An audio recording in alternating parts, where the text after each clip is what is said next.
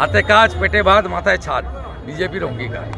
রাজ্যে অভাবনীয় জয়, নন্দীগ্রাম ভবানীপুরের জয়, কি বলবেন? মানুষের জয় হয়েছে, মোদিজির গ্যারেন্টির জয় হয়েছে। দায়িত্ব বাড়লো, কাজ করতে হবে। প্রাক্তন মুখ্যমন্ত্রী এখনো তিনি বলছেন পদত্যাগ করবেন। আমি তো বলবো না। সংবিধানে লেখা আছে, সংবিধান বিশেষজ্ঞ বা রাজ্যপাল ঠিক করবে।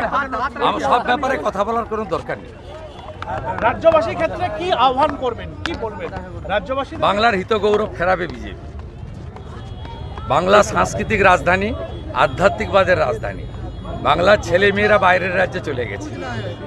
হাতে কাজ, পেটে ভাত, মাথায় ছাদ, বিজেপির অঙ্গীকার।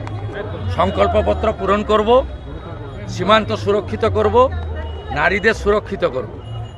মহিলারা দরকার হলে যখন খুশি বেরাবেন, রাত্রে বেরোনো যাবে না। আগের মুখ্যমন্ত্রীর মতো কথা আগামীর বিজেপির মুখ্যমন্ত্রী বা বিজেপি দল বলবে না।